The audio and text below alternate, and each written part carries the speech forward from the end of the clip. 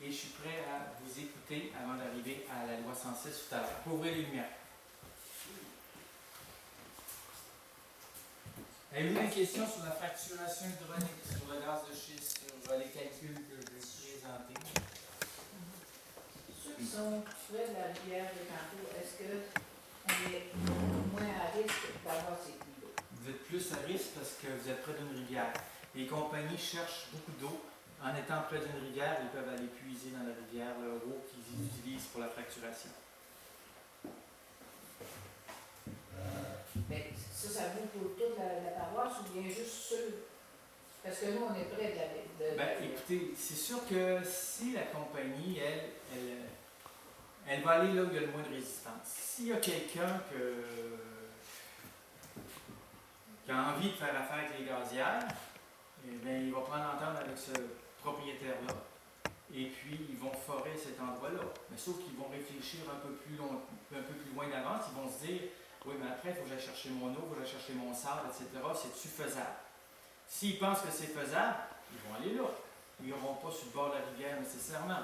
Mais la première idée qu'ils ont, ça serait d'aller sur le bord de la rivière. Parce que ça va leur coûter bien moins cher d'amener l'eau, que ce soit par camion ou par un aqueduc.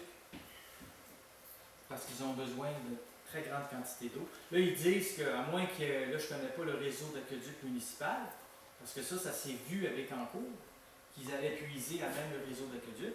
Ça aussi, ça se fait. S'ils ont une entente avec la municipalité, sauf que ce qui s'est vu aussi, comme à Wotton, c'est qu'ils ont pris l'eau municipale puis il y a manqué d'eau dans la municipalité.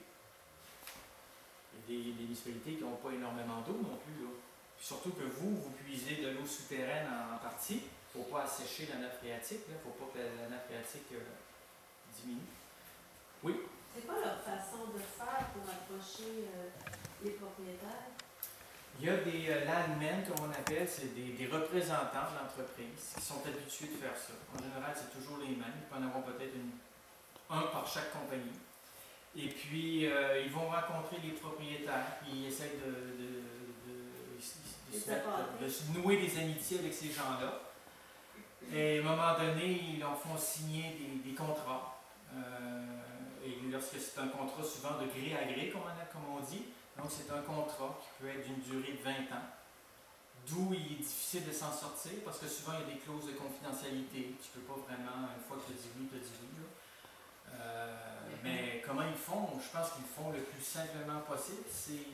Ils vont rejoindre le propriétaire. Ils vont leur demander, êtes-vous intéressé à C'est avoir... la somme qui est importante, qui est intéressante sur le propriétaire. Bon, Avec ils ne peuvent pas aller trop haut. Ce que je veux dire, c'est qu'on a déjà tombé sur quelques contrats. Ce n'est pas des sommes faramineuses. Peut-être c'est un peu plus que ce que le maïs pourrait produire, évidemment, là, sur un hectare. Ça va être plus que ça. Mais ce n'est pas beaucoup, beaucoup plus. Et puis, ils ne veulent pas non plus créer de précédent, parce que s'il y en a un qui parle à l'autre, il peut y avoir une enchère à la hausse. Là. Mais c'est pour ça que moi, j'aime ça faire des calculs pour vous dire, maintenant vous avez un terrain de tant d'hectares, c'est combien ça représente pour la compagnie. Donc là, vous pouvez négocier un peu mieux avec la compagnie. Sinon, la compagnie va vous dire, ben signez ça. T'apprends-moi à laisser. Sinon, je vais en avoir un autre. Les voisins. Les voisins, c'est ça, tu vas aller voir un voisin. Surtout si ils ont déjà passé dans le rang. Parce que quand je vous ai montré les levées sismiques tout à l'heure, tous les puits qui ont été forés jusqu'à maintenant sont à proximité de ces levées sismiques-là. Pourquoi? Parce qu'en ayant un levé sismique, ils savent les roches qui sont en dessous. Fait qu'ils se gourrent moins, on va dire. Il y a moins de probabilité d'incident en étant proche des levées sismiques. Oui, François? Moi, je veux dire, les voisins. Admettons, mon voisin accepte, là. Moi, il s'en vient chez nous par en dessous. Vous risquez d'être contaminé un jour à cause du voisin. Et le voisin ne se fera pas aimer, évidemment, si ça devait arriver. Oui, surtout s'il y a un impact au niveau municipal, là, ça va aller mal. C'est quoi l'avantage pour une personne? Pour une personne? Pour une personne de dire, oui, je suis quand même pour signer le contrat, c'est juste une question d'argent.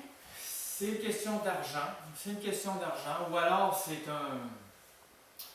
Il y a peut-être quelques personnes qui se disent, ben oui, on avait du gaz naturel. Parce qu'au tout début, ici, à Vallée du Sénat, ils disent, ben, le gaz naturel, on connaît ça. Il y en a eu à Yamachiche, il y en a eu à Batiscan, il y en a eu un peu partout. Et puis, il n'y a pas de problème. Sauf que ce n'est pas du gaz naturel conventionnel. C'est du gaz naturel issu de la fracturation en ayant peut-être pété la roche dans le sous-sol, etc., comme je vous l'ai raconté. Fait que quand les représentants des compagnies se sont présentés auprès des agriculteurs ou des propriétaires, ils disaient, bon, c'est du gaz naturel, faites-vous en pas, c'est pas dangereux. Ils n'étaient pas au courant. Il y en a plusieurs qui ont signé et qui l'ont regretté parce qu'ils n'étaient pas au courant des implications de la technologie. Mais, pour répondre à votre question, je pense que oui, c'est l'appât du gain. Je ne vois pas beaucoup d'autres choses qui pourraient les intéresser parce qu'ils risquent de perdre leur eau. S'ils ont des puits, ils risquent de les perdre. Ouais. Comme ça, Fait c'est que quoi? le jeu des voisins aussi. Ben, là, les voisins, peut-être que les voisins sont loin, ou peut-être que la personne qui leur a dit oui ne vit pas sur sa terre. Il y a ça, il y a ce phénomène-là aussi. Là. Il y a l'accaparement des terres, il y a les problèmes de concentration des terres. Il y a des gens qui ne vivent pas nécessairement sur place. On peut passer à la pause, puis on reviendra après pour, dans 10 minutes. Dans là, une dizaine de minutes. Une dizaine de Dans minutes. moins 5, on reprend tout de suite. Là, Il me reste 20 minutes. là j'ai du café, du feu, j'ai des petits biscuits. Alors, si vous voulez passer ici,